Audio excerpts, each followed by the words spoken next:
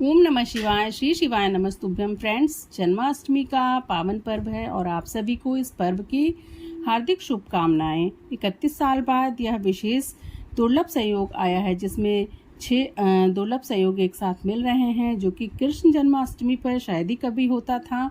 कोई न कोई एक योग अवश्य रह जाता था, मगर इस वर्ष 6 दुर्लभ संयोग एक साथ बन रहे हैं। यदि आपकी कोई मनवांछित इच्छा हो, मनोकामना हो, या कोई लंबी बीमारी हो, आपको मान सम्मान में वृद्धि करना हो, या कोई कष्ट, रोग, विपत्ति, जो भी दुख हो, आपको इस वर्ष कोई न कोई मेरे द्वारा बताए गए उपाय आप कर लेते हैं तो आपको अवश्य लाभ मिलेगा। यह उपाय मेरे द्वारा बताए नहीं हैं, यह पूज्य पंडित प्रदीप मिश्रा जी द्वारा बताए गए खास उपाय हैं।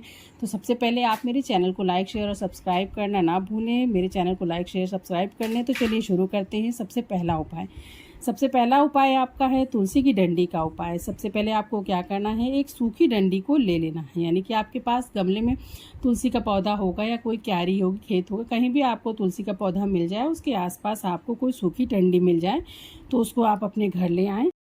उसके बाद आपको सूखी डंडी को क्या करना है, थोड़ा सा पानी लें, उसको घिस करके उसका चंदन की तरह से निकालें। जैसे आप चंदन रहता है घिसा हुआ, वैसे आपको सूखी तुलसी की डंडी को, जो पतली सी जड़ हो तुलसी की, उसको जो है घिस करके निकालें। उसके बाद आप जब स्नान करने जाएं तो बाल्टी के जल में उस चंदन को डाल लें और स्नान करें। यह कार्य आपको 6 सितंबर को करना है, जन्माष्टमी के दिन। इसके साथ ही साथ 7 तारीख को भी आपको एक बार इस कार्य को अवश्य करना है। यदि आप ऐसा नहीं कर पाते हैं, आप घिस करके उसका चंदन नहीं निकाल पाते हैं, तो आपको क्या करना है, जो आपने डंडी लाई है उसको पानी से भरी बाल्टी, यानी बाथरूम में जाएं और पानी से जो भरी हुई बाल्टी हो उसमें 21 बार आपको उसको घुमा देना है।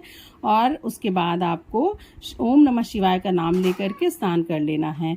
ऐसा माना जाता है यदि आप ऐसा कर लेते हैं तो पूज्य पंडित जी ने बताया है कि आपके मान सम्मान में वृद्धि होगी, आपके धन वैभव में वृद्धि होगी। चलिए मैं आपको दूसरा उपाय बताती हूँ। इस उपाय के अनुसार आपको क्या करना है, आपको जन्माष्टमी के दिन क्या करना है कि आपको थोड़ा सा मक्खन लेना है। मक्खन लेने के बाद मिश्री ले लेना है और तुलसी के कुछ पत्तियां ले लेनी है। उसके बाद आपको क्या करना है, कई सारे जैसे कुल्हड़ आते हैं बाजार में, आपको मिल जाएंगे। उन कुल्हड़ों में या फिर छोटा सा मटकी के आकार की आकृति आती है, जो कि जन्माष्टमी के अवसर पर आसानी से आपको मिल जाएगी। आपको क्या करना है कि उस मटकी में आपको 9 मटकी लेनी है, उसमें आपको मक्खन रख लेना है और मक्खन के ऊपर आपको थोड़ी सी मिश्री और तुलसी के पत्र रख लेने हैं। 9 मटकियाँ आपको इस प्रकार से तैयार कर लेनी है। और जन्माष्टमी के दिन आपको 6 तारीख या 7 तारीख, किसी भी दिन, 2 दिन की जन्माष्टमी हो रही है, तो इस वर्ष आपको किसी भी दिन इस मक्खन, मिश्री और तुलसी से बनी हुई मटकी को 9 कुंवारी कन्याओं को दान करना है। ऐसा करने से आपका कोई भी रुका हुआ कार्य बन जाएगा, किसी भी तरह का संकट आपका दूर हो जाएगा। और यदि आप कर्ज से मुक्ति चाहते हैं और चाहते हैं भविष्य में आपको कभी कोई कर्ज की ज़रूरत ना पड़े, कभी कोई कर्ज ना लेना पड़े, या आपको कभी धन की कमी ना हो, हमेशा माँ लक्ष्मी की कृपा बनी रहे, तो आपको इसके लिए मेरे द्वारा बताया हुआ उपाय करना है। आपको एकादशी या जन्माष्टमी के दिन या किसी भी दिन आप यह उपाय कर सकते हैं। आपको क्या करना है कि जन्माष्टमी के दिन शाम को जब आप दीपक जलाएं तो आप सबसे पहले क्या करें कि तुलसी की क्यारी हो या तुलसी का कोई भी गमला हो, उसमें से आपको एक सूखी हुई तुलसी की डंडी आसपास जो गिरी हो उसको उठा लें। और लेने के बाद आपको गाय के घी को लेना है। गाय के घी को लें और उसको छोटे से दिया में रख लें, यानी जिसमें आप दीपक जलाते हैं उस दिए में गाय का घी डाल लें। और आपको बाती की जगह पे जो सूखी हुई तुलसी की डंडी है उसको रख लेना है। और रखने के बाद उसको रख के उसमें जो है दिया जलाना है। यानी शाम के समय, संध्या के समय आपको 6 तारीख को और 7 तारीख को यह उपाय करना है। आपको क्या करना है, सबसे पहले आपको लेना है एक दिया और उसमें आपको गाय का शुद्ध घी, साफ सुथरा घी ले लेना है। और जो आपने तुलसी की डंडी ली है उसको आपको उसमें लगा लेना है। बाती को नहीं लगाना है, उस तुलसी की डंडी को लगा करके आपको दिया को जलाना है। और पूज्य गुरुजी ने यह बताया है कि ठाकुर जी यानी कृष्ण जी की आरती कर लेनी है, तो आपकी सारी मनोकामनाएं पूर्ण होंगी। इस तरह के दीपक को जला करके आप अपनी मनवांछित इच्छा बोले और ठाकुर जी की आरती कर लें तो आपकी इच्छाएं शीघ्र ही पूरी हो जाएंगी।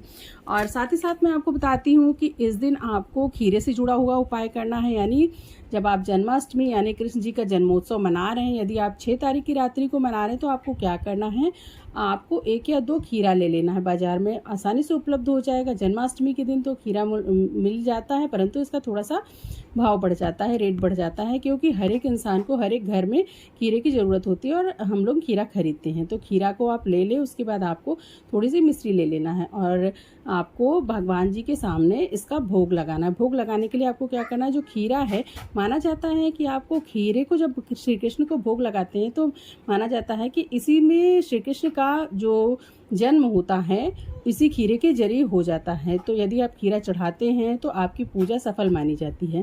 भूल से भी आपको खीरा इस दिन नहीं भूलना है कि हाँ खीरा नहीं ले आया और आपने खीरा नहीं चढ़ाया। तो आपको क्या करना है, जब आप खीरा ले आते हैं तो जो खीरे का हरा हुआ भाग यानी जो किनारे की तरफ हरा मोटा भाग होता है उसको थोड़ा सा काट देना है। जब रात्रि का 12 बज जाए तो आपको काट देना है। तो ऐसी मान्यता है, यदि आप ऐसा करते हैं तो कृष्ण जी का जन्म हो जाता है, कृष्ण जी की आपके घर में पधारते हैं और आपको मिश्री का भोग अवश्य लगाना है। यदि आपके घर में कोई कष्ट हो, कोई बाधा हो, नकारात्मकता हो, कोई लंबी बीमारी हो, घर में लड़ाई झगड़ा है, तो आपको क्या करना है, इस दिन जन्माष्टमी के दिन आपको एक बेलपत्र ले लेना है और उस बेलपत्र को आपको दाएं हाथ में लेना है और 1 लोटा जल ले लेना है और भगवान भोलेनाथ के मंदिर में चले जाना है। सबसे पहले आपको 1 लोटा जल जो आप अपने घर से लेके गए हैं, भगवान भोलेनाथ को उत्तर दिशा की ओर मुख करके सामने शिवलिंग पर कुंदकेश्वर महादेव का नाम लेकर के सबसे पहले उस लोटा भर जल को भगवान भोलेनाथ को समर्पित कर देना है। उसके बाद आप जो एक बेलपत्री ले गए हैं उसको दाएं हाथ में लेकर भगवान भोलेनाथ के शिवलिंग पर मुख्य स्थान पर ऊपर की ओर रख देना है और अपनी जो भी आपको कष्ट, जो बाधा व्यवधान हो, उसको भगवान भोलेनाथ से विनती करनी है। इस दिन जन्माष्टमी के दिन आप ऐसा करते हैं तो आपके कष्ट व्यवधान दूर हो जाते हैं। यदि आपका कोई पाप है, उसको आपने कोई गलती में कोई पाप कर दिया है, तो उस पाप से मुक्ति के लिए आपको क्या करना है, आपको गुड़ और चने को लेना है। आसानी से आपको बाजार में गुड़ और चने की दाल मिल जाएगी। उसको किसी बर्तन में रखने के बाद आप बाहर जाएं और गाय को खिला दें। यदि आपके आसपास कहीं गाय बंधी हो या किसी ने पाल रखी हो तो इस दिन आपको गाय को गुड़ और चने की दाल अवश्य करनी। यह उपाय आपको 7 तारीख की जन्माष्टमी के दिन करना है। इस दिन गुरुवार, बृहस्पतिवार यानी भगवान विष्णु का दिन पड़ रहा है और साथ ही साथ आपको 7 तारीख की जन्माष्टमी के दिन या फिर 6 तारीख की जन्माष्टमी, दोनों ही दिन आपको पीले वस्त्र का दान करना है। अगर आप पीला वस्त्र नहीं खरीद सकते हैं तो आप पीला कपड़ा ले लें। पीला कपड़ा भी आप नहीं ले सकते हैं तो बाज़ार में आपको बहुत ही सस्ते दाम पे पीले रंग की 5 या 10 रुपए की रुमाल मिल जाएगी। उस रुमाल को लेकर के आप अवश्य ही किसी मंदिर में पंडित को दान करें। और साथ ही साथ आपको यदि कोई आपकी इच्छा है वह पूरी नहीं हो रही तो आपको क्या करना है, एक उपाय मैं आपको और बता देती हूँ। इस दिन आपको क्या करना है, आपको पीले चावल लेने। अब आप पूछेंगे पीले चावल कहाँ मिलते हैं, तो पीले चावल के लिए आपको क्या करना है कि सफ़ेद चावल को लें, उसको हल्दी से रंग दें। और या अगर आपके पास हल्दी नहीं है या चंदन है तो आप जो है चंदन से ही उस चावल को रंग दें। और साथ ही साथ आपको लाल चंदन ले लेना है, 21 बेलपत्र ले लेना है और एक तांबे का लोटा लें और उसमें जल भर लें। आपको लाल चंदन लेना है, पीले चावल लेने हैं, 21 बेलपत्र ले लेना है और तांबे का एक लोटा लें, उसमें जल भर कर मंदिर चले जाना है। सबसे पहले आपको मंदिर में जा कर के भगवान भोलेनाथ को लोटा भर जल जो आपने लिया है उसको चढ़ाने से पहले उसमें जो लाल चंदन आपने लिया है उस लोटे भर जल में आपको लाल चंदन को मिला लेना है और भगवान भोलेनाथ को उस लोटे भर जल को समर्पित करना है।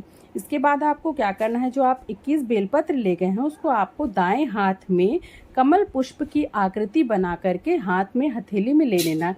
अब आप पूछेंगे कमल पुष्प की आकृति कैसी होती है। कमल पुष्प की आकृति से मतलब है आपको सबसे पहले हाथ को फैलाना है, हथेली को फैलाना है। उसमें आपको जो आप 21 बेलपत्र ले गए हैं आपको आमने सामने करके बेलपत्र सजा लेना है, यानी कि एक कमल, एक पुष्प की आकृति बन जाए। उसके बाद उस पुष्प की आकृति को अपने हथेली से, जो आपने बेलपत्र हथेली पे लिया है, उसको महादेव को समर्पित कर देना है। और अंत में आपने जो पीला अक्षत लिया है, यानी जो आपने चावल को रंगा था हल्दी से या फिर पीले चंदन से, उसको भी महादेव के ऊपर समर्पित कर देना है और अपनी मनवांछित इच्छा महादेव से कह देनी है और साथ ही साथ ओम नमः शिवाय का जाप भी कर लेना है। फ्रेंड्स, यदि आप मेरे द्वारा बताए हुए इन उपायों को कर लेते हैं, आप किसी भी उपाय को कर लेते हैं, तो आपको अवश्य लाभ मिलेगा।